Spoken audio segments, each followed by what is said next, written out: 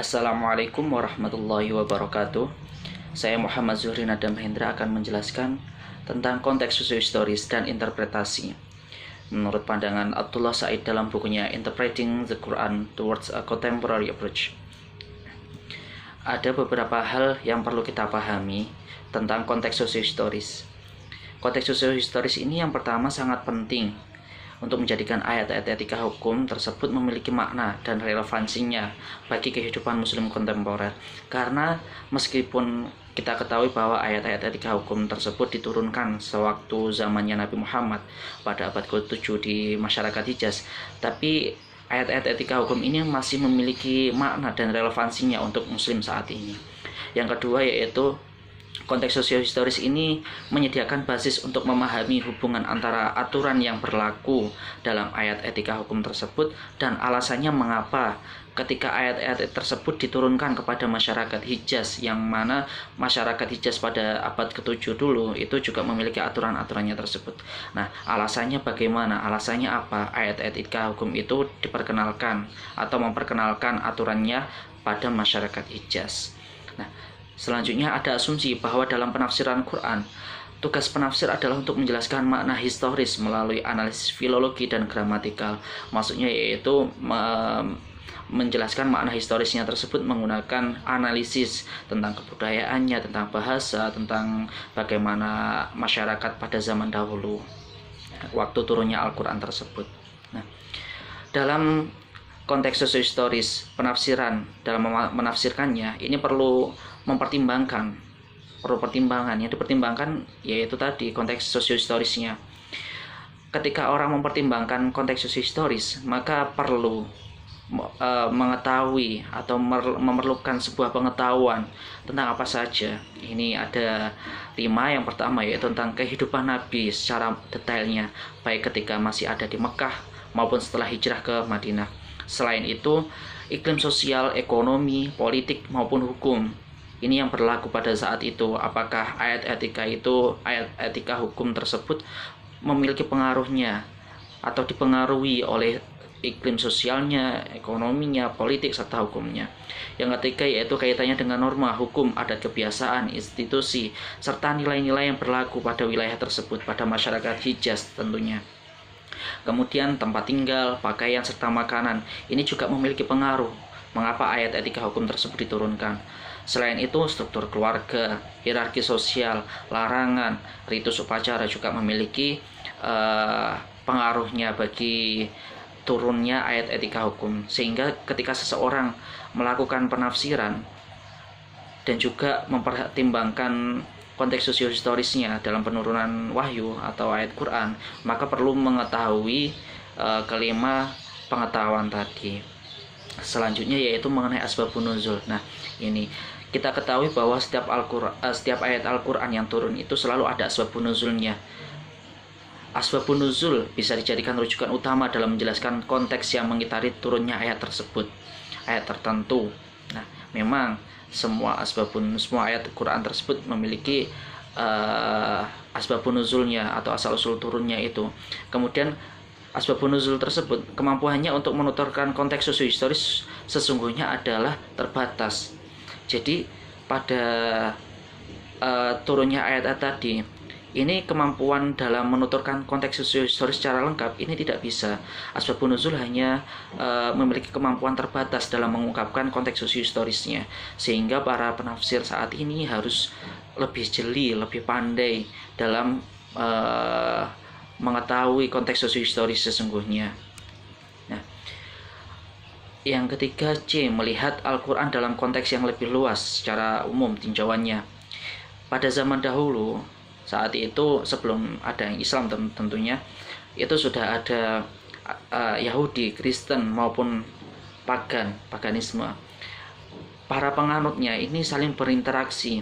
Dari interaksi tersebut menghasilkan beberapa hal. Yang pertama yaitu legenda, mitos, tokoh historis, tamsilan hingga ritual. Nah, dari kelima perkara tadi, dari 5 hal tadi, ini dijadikan oleh Al-Quran sebagai cara atau sebagai media dalam menjelaskan kepada masyarakat Islam.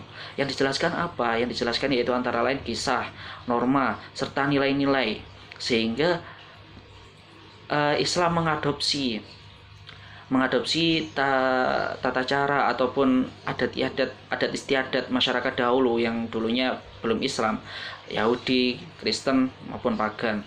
Nah, Islam mengambil nilai positif budaya sehingga tidak dibuang tetapi hanya dimodifikasi, mana yang masih relevan dipakai dan mana yang tidak bisa dirubah, dimodifikasi. Nah, kebiasaan yang bertentangan ini ada dua hal. Yang pertama, oleh Islam ditolak secara tegas. Yang kedua, dilakukan perubahan. Sedikit demi sedikit melakukan perubahan tanpa membuang hal yang bertentangan dengan kebiasaan tadi. Maksudnya bagaimana ketika ada suatu kegiatan, jika kegiatan tersebut memiliki nilai positif yang sejalan dengan agama Islam, dengan ajaran agama Islam, maka tetap dilakukan. Tetapi apabila dalam kegiatan tersebut juga ada kegiatan atau nilai-nilai yang negatif, maka oleh Islam hal itu dibuang, yang bertentangan tadi yang dibuang, bukan yang tidak bertentangan. Nah, selain itu Al-Quran juga banyak menyinggung mengenai perempuan. Mengapa? Karena saat itu pada zaman dahulu, zaman jahiliyah itu perempuan rendah sekali, tidak memiliki harta, tidak memiliki harga, sehingga sangat dilecehkan dan juga diremehkan.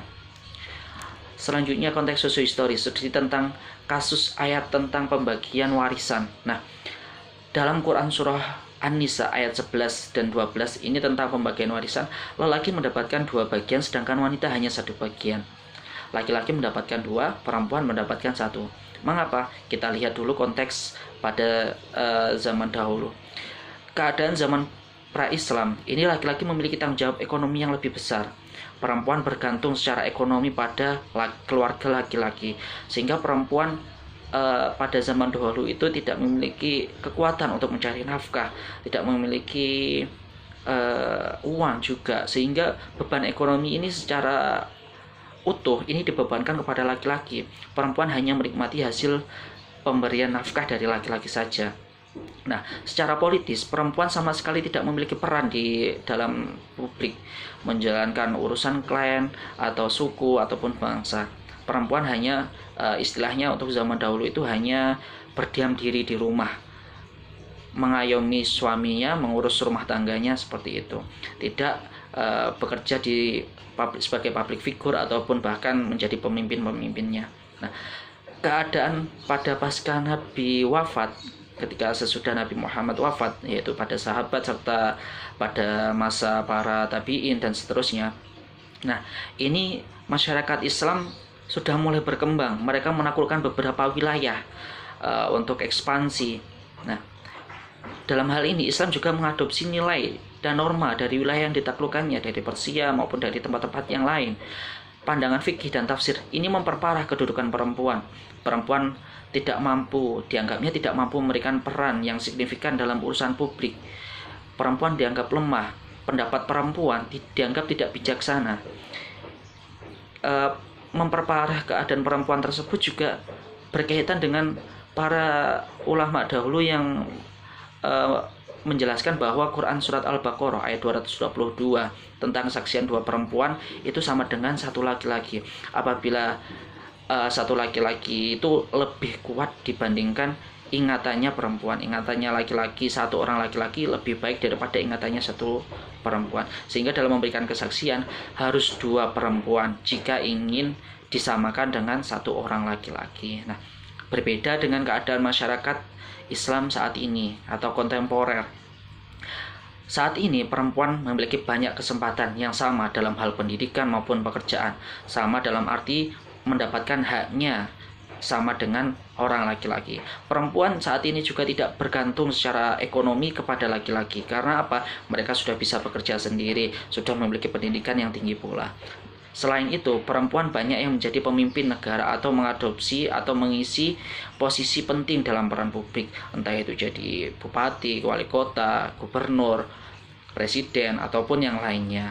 Nah, selain itu, konteks sosiohistoris dan bahasa budaya atau cultural language. Nah, ini konteks sosiohistoris ini juga memperhatikan tentang bahasa budaya, bahasa dan budayanya. Nabi Muhammad datang kepada masyarakat Hijaz saat itu ini tidak pernah mengklaim bahwa dirinya datang untuk menghapus elemen-elemen budaya yang ada di masyarakat Hijaz pada waktu itu, melainkan budaya-budaya yang tidak sejalan dengan ajaran Islam ini dirubah, diarahkan kepada hal yang sejalan dengan Islam. Nah, dalam Quran sendiri ini bahasa yang digunakan ini ada beberapa bahasa, dalam arti ada bahasa etis dan juga bahasa teologis. Nah, bahasa etis ini pada awalnya pada 3 abad pertama ini ditransformasikan sebagai bahasa legal, yaitu sebagai hukum dalam Islam. Nah, bahasa etis ini terdiri atas hal-hal yang berkaitan dengan cita-cita, dengan perintah, dengan larangan, dengan pelajaran yang kesemuanya itu ada dalam Quran. Sedangkan bahasa teologis ini berkaitan dengan Allah sebagai Tuhan, berkaitan dengan manusia sebagai makhluknya, berkaitan pula dengan hubungan manusia dan Allah, hubungan antara manusia dan Allah, serta yaitu persoalan tentang dasar eksistensi manusia di hadapan Allah. Nah, bagaimana manusia ini di hadapan Allah. Yang terakhir yaitu konteks sosiohistoris, apakah ada yang bisa diubah dan tidak. Nah, muncul persoalan yang pertama tentang ketidaktetapan atau mutability, yaitu tentang muamalah. Ini bisa ditawar, tidak tetap, bisa diubah, negotiable atau mutable. Nah, berkaitan dengan muamalah, hubungan dengan sesama, ini bisa dirubah tergantung melihat bagaimana konteks situasinya saat itu. Sedangkan yang kedua yaitu ketetapan atau keabadian atau immutability. Ini berkaitan dengan ibadah, tidak bisa ditawar, tetap abadi, tidak bisa diubah, non-negotiable dan immutable. Nah, ini misalnya sholat 5 waktu. Ketika seorang sholat 5 waktu itu sudah pasti ibadah dan tidak bisa ditawar, tidak bisa dirubah menjadi tiga waktu saja atau bahkan 1 waktu saja. Tetapi dalam situasi tertentu, ketika ada kaitannya dengan muamalah, sholat 5 waktu ini bisa, tata caranya bisa dirubah, tapi tetap 5 waktu. Misalkan zuhur ketika perjalanan jauh dalam rangka silaturahmi, nah itu hanya bisa dikosor menjadi 2, tapi jumlah sholatnya tetap 5. Subuh, zuhur, asar, maghrib, isya tetap 5, tapi bisa dikosor maupun bisa dijamak. Nah, seperti itu. Nah, pandangan tekstualis ini mengatakan bahwa syariah itu abadi dan umat Islam yang harus menyesuaikan kepada syariahnya tersebut. Mengapa? Karena ada beberapa alasan. Yang pertama, makna syariah itu sendiri tidaklah jelas. Bisa bermakna sebagai sumber syariahnya, yaitu sebagai Al-Quran maupun hadisnya, serta bisa dimaknai pula sebagai hukum Islam yang didasarkan pada 2 sumber tadi. Nah, jika maknanya adalah hukum atau aturan, maka sejarah pun telah mencatat bahwa terjadi perubahan melalui nasakh. Nah, ini sebagai contohnya ketika turun ayat Khomer. Pertama, dilarang ketika sholat saja, janganlah kamu sholat dalam keadaan mabuk. Kemudian dilarang secara mutlak, tidak boleh. Nah, seperti itu. Ulama klasik hingga kontemporer ini memutuskan bahwa dalam beberapa wilayah tertentu ini perubahan tersebut atau perubahan terhadap syariah ini ada yang berpendapat bahwa bisa ditawar atau bisa dirubah, tetapi ada pula yang tidak bisa ditawar atau tidak bisa dirubah tetap. Nah, yang ditawar, yang boleh dirubah ini menurut pandangan Ibnu Qayyim, sedangkan yang tidak boleh ditawar ini menurut pandangan Syatibi. Nah, pandangan tekstualis terhadap perubahan syariah atau reinterpretasi ini, pandangannya terhadap umat Islam saat ini kontemporer pada abad 21 ini ada 2 tadi, yaitu yang tidak boleh dan ada yang boleh. Menurut yang boleh yaitu menurut Ibnu Qayyim ini ada beberapa alasan. Yang pertama, reinterpretasi atau pengubahan bukanlah suatu yang baru dalam Islam. Hal ini sudah lama dilakukan, bahkan sejak zaman Nabi. Tercatat pula kan tadi dalam nasakh mansuh tadi. Selain itu, dalam Al-Quran dan Sunnah selama masa pembentukan Islam dan masa sahabat ini juga terjadi perubahannya. Tidak hanya pada waktu zamannya Nabi, tapi masa sahabat pun juga pernah melakukannya.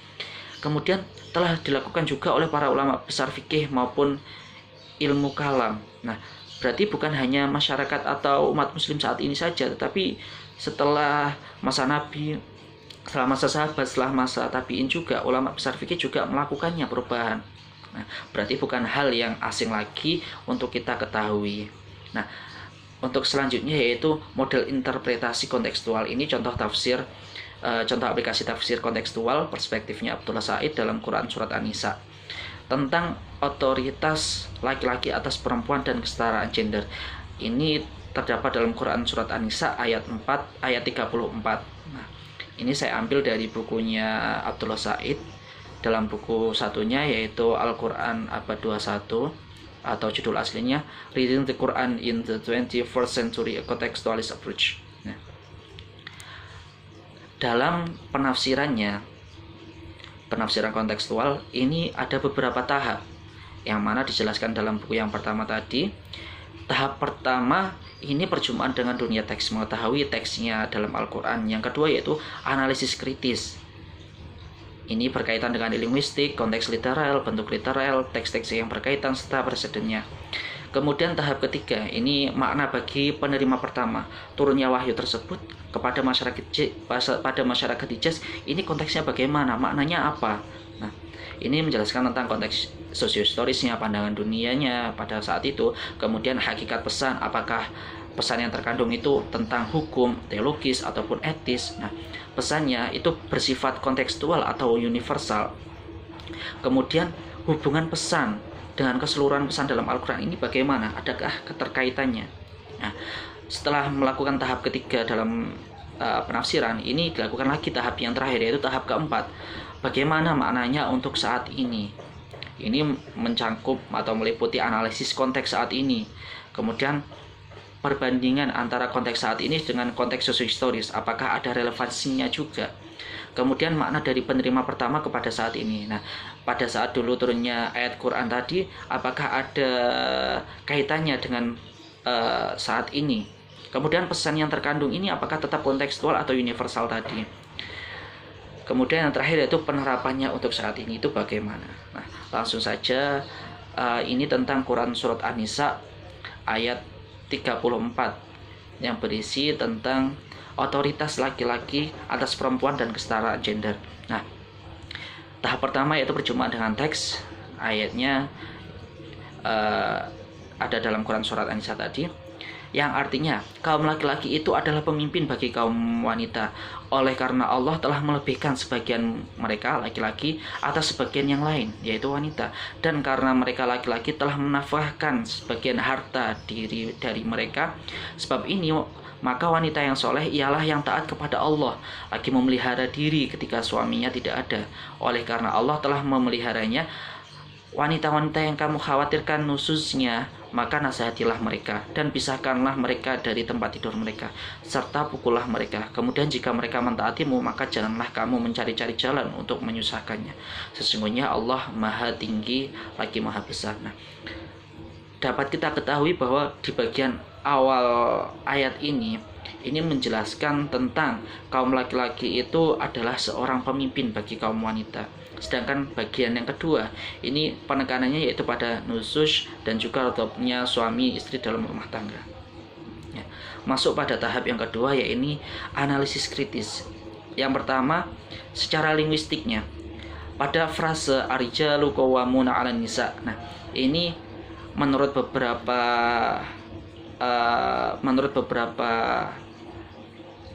terjemahan, terutama terjemahan dalam Kemenak, ini diartikan sebagai pemimpin atau umarok. Nah, sedangkan pada konteks lain, ini perempuan harus mentaati dan melindungi harta suaminya.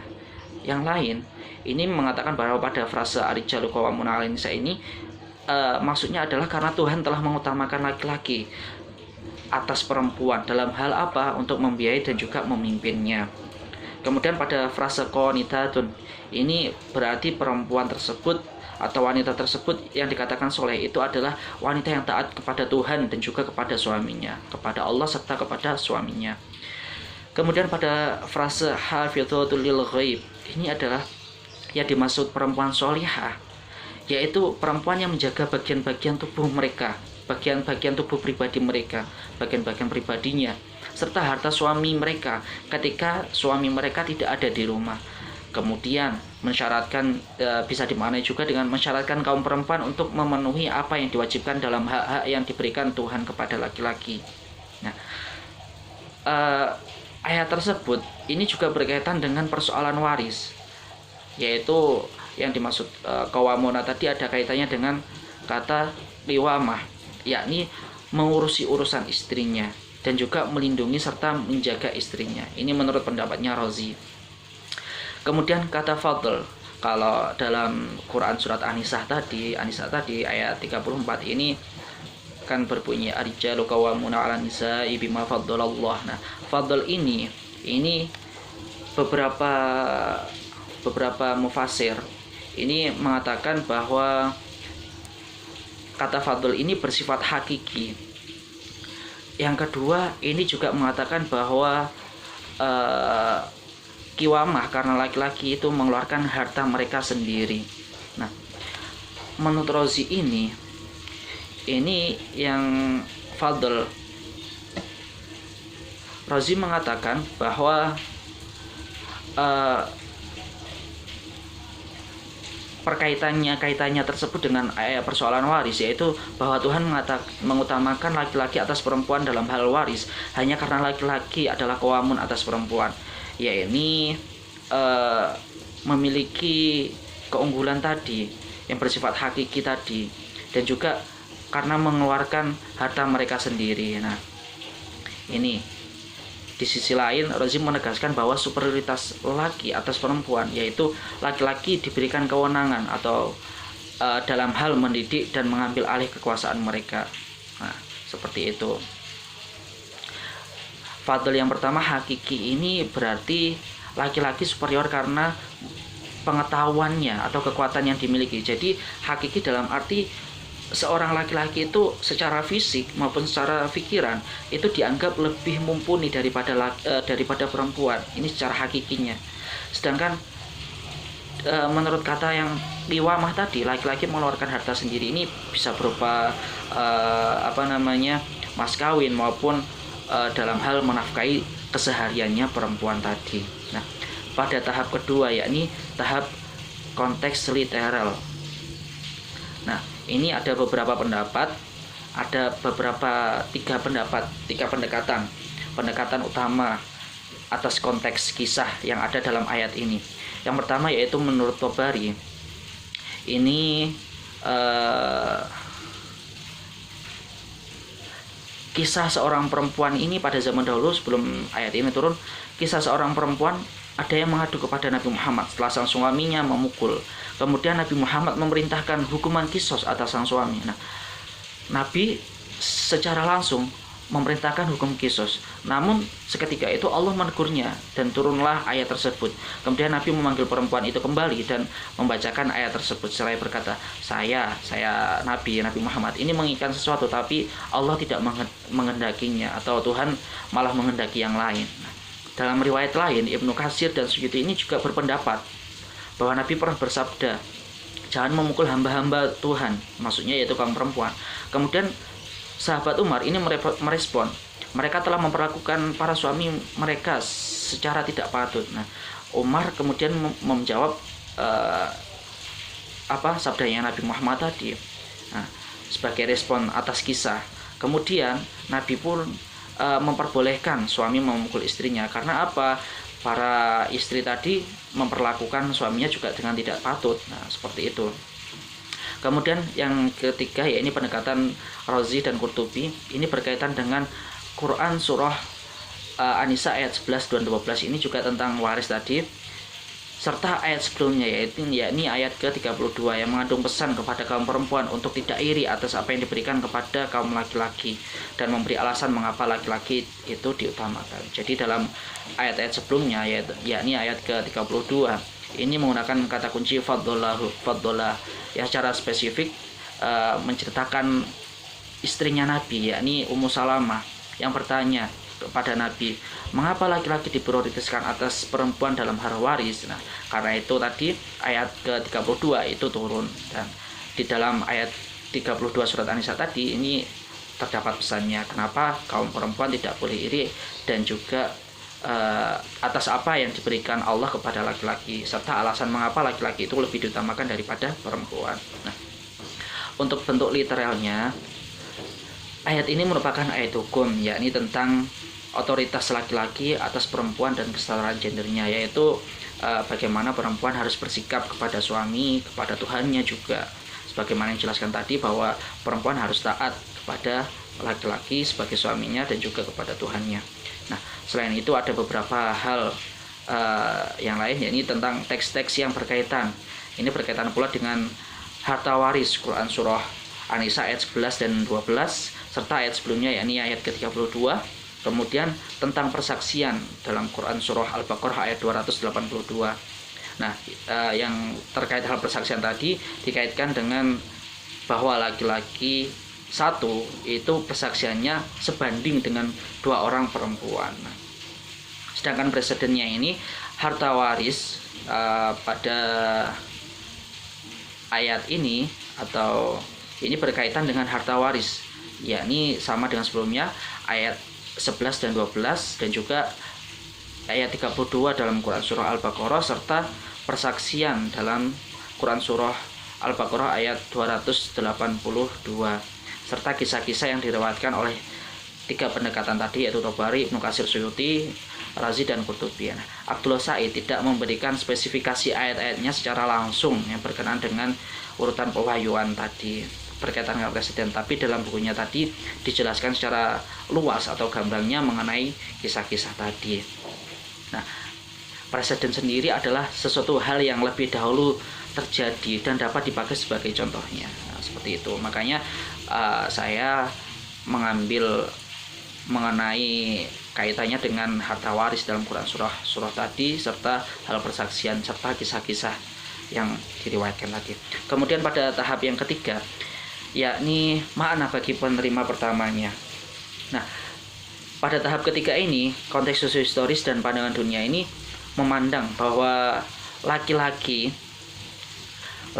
tersebut ini menurut pandangannya Razi dalam bukunya Abdullah Said, laki-laki ini menjadi nabi, para sarjana, memiliki kepemimpinan juga yang bersifat mayor maupun minor, serta melaksanakan jihad. Jadi seorang laki-laki berbeda dengan perempuan pada saat itu. Perempuan hanya diam, tidak melakukan apapun, tidak seperti laki-laki. Nah, kemudian laki-laki selain itu, mereka juga mau berazan, mengumandangkan azan ketika sholat 5 waktu. Kemudian juga berceramah. Selain itu, laki-laki ini diperbolehkan beriktikaf, sedangkan perempuan pada zaman dahulu itu dianggap tabu. Serta persaksiannya laki-laki ini dalam perkara hudud dan kisos, ya, perkara tersebut yang ada dalam pernikahan. Nah, kemudian laki-laki memiliki bagian yang lebih besar dibandingkan perempuan, ini dalam kaitannya dengan harta waris, serta diutamakan saat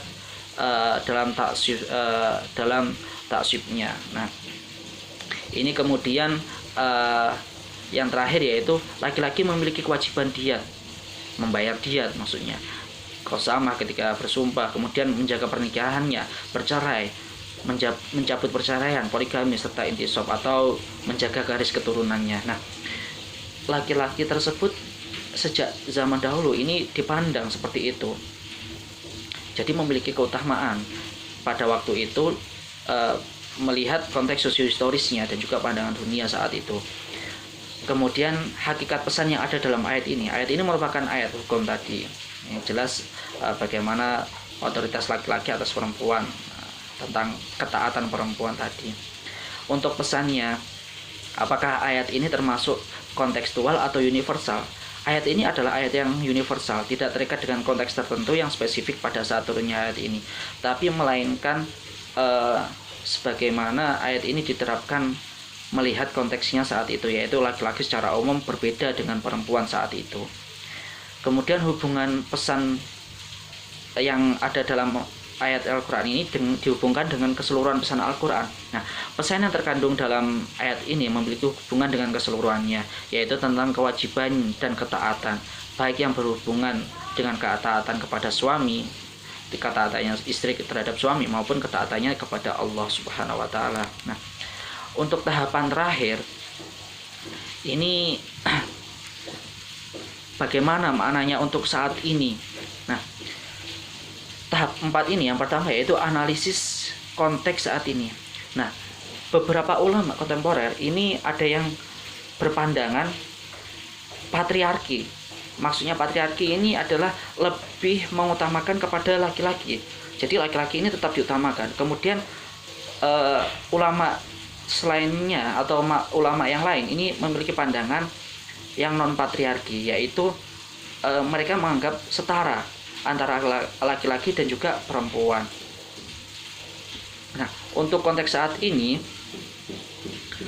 versus konteks sosiohistoris. Nah, untuk saat ini perempuan ini berbeda dengan perempuan yang dulu. Saat ini mereka berpengetahuan, berpendidikan, dan mencari nafkah sendiri, menjadi pemimpin dalam suatu bidang tertentu. Jadi berbeda dengan konteks sosiohistoris saat diturunkannya wahyu tersebut.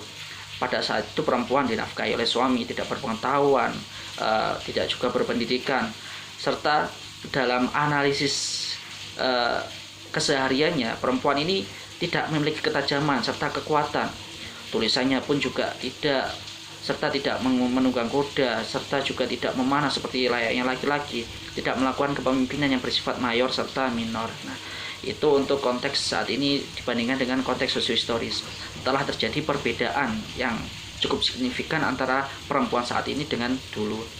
Nah, bagaimana makna dulu apabila dikaitkan dengan makna yang sekarang? Ini ada dua pandangan, ya, seperti yang tadi, pandangan patriarki atau kelompok yang mengutamakan laki-laki ini, mereka masih tetap beranggapan bahwa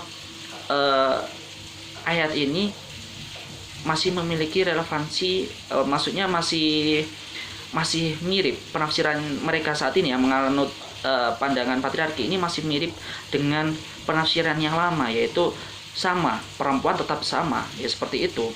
Tidak, meskipun konteks saat ini perempuan itu berbeda dengan perempuan yang dulu, tapi mereka tetap, perempuan ini tetap memiliki penafsiran menurut patriarki, perempuan tetap harus ditafsirkan seperti konteks saat turunnya wahyu tersebut. Nah, ini menurut pandangan beberapa ulama saat itu, seperti halnya yang dijelaskan oleh Tabatabai. Nah, ini beliau merupakan ulama Syiah. Nah, dia berpendapat bahwa kandungan ayat tersebut ini masih sama dengan konteks sosiohistoris. Selain itu, superioritas laki-laki atas perempuan ini berlaku secara umum maupun dalam keluarga. Nah, sedangkan menurut pandangan Maududi itu tadi, yaitu perempuan ini dalam hal ketaatan atau yang lainnya kepada laki-laki ini hanya berlaku dalam keluarga saja, tetapi juga berlaku dalam kehidupan umumnya. Nah, selain itu beberapa majelis ulama Afrika Selatan ini yang beraliran Sunni tradisional ini mengatakan bahwa ayat tersebut juga berlaku untuk kehidupan menyeluruhnya, bukan hanya sebagai istri saja. Nah, sedangkan untuk pendekatan yang non patriarki, nah, pandangan ini mengatakan bahwa laki-laki memang memiliki kiwamah atas perempuan, namun hal itu hanya terjadi pada konteks rumah tangganya saja, pada kehidupan sehari-hari di rumah tangga. Untuk kehidupan di luar rumah tangga, ini beberapa ulama mengatakan bahwa ini menurut Haifa Jawad, Ridat Hasan, serta Khalid Abu Fadl, ini hubungan kiwamah tadi antara laki-laki dengan perempuan itu hanya dalam hal ekonomi keluarga, hubungan ekonomi keluarga. Kemudian juga berlandaskan bersifat fungsional, ini menurut Aminah Wadud, Al-Hibri, serta Fazlur Rahman. Selain itu, kiwamah laki-laki atas perempuan ini tidak spesifik menyangkut gender tertentu, melainkan berdasarkan kualitas laki-laki atas perempuan. Ini menurut Muhammad Syahrul, yang mana ketika laki-laki dalam kehidupan sosial, kehidupan luar rumah tangga, apabila pengetahuannya kurang dan perempuan itu lebih unggul, maka perempuan boleh menjadi pemimpinnya, menjadi bupati, menjadi gubernur, dan selain sebagainya. Ini menurut pendapatnya Muhammad Syahrul.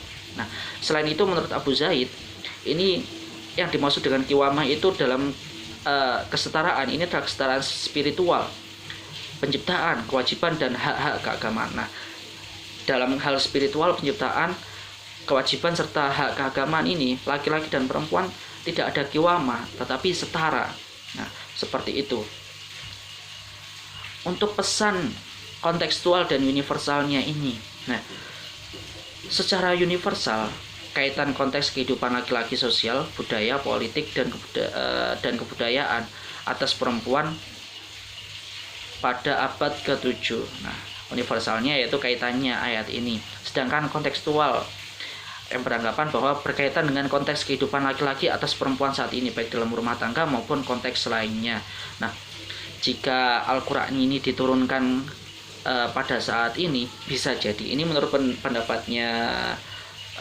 pendapatnya Abdullah Said, bisa jadi penafsiran dalam memahami ayat ini kontekstual, karena laki-laki memang menjadi pemimpin bagi perempuan dalam kehidupan rumah tangga mereka, tapi dalam kehidupan secara umum, kata kiwama ini tidak selamanya bahwa laki-laki menjadi pemimpin bagi perempuan.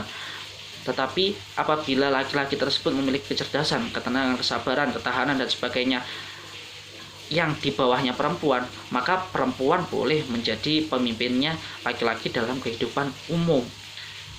Tapi tetap dengan garis bawah bahwa tetap digarisbawahi bahwa dalam kehidupan rumah tangga perempuan tetap di bawahnya laki-laki. Nah, untuk penerapan saat ini menurut Abdullah Said berkenaan dengan kesetaraan gender tadi, dalam Al-Quran memang tidak mengatakan bahwa semua laki-laki memiliki kelebihan banyak dari perempuan, dari semua perempuan. Meskipun Al-Quran juga mengatakan bahwa sebagian laki-laki itu unggul, atau sebagian orang unggul atas sebagian yang lain.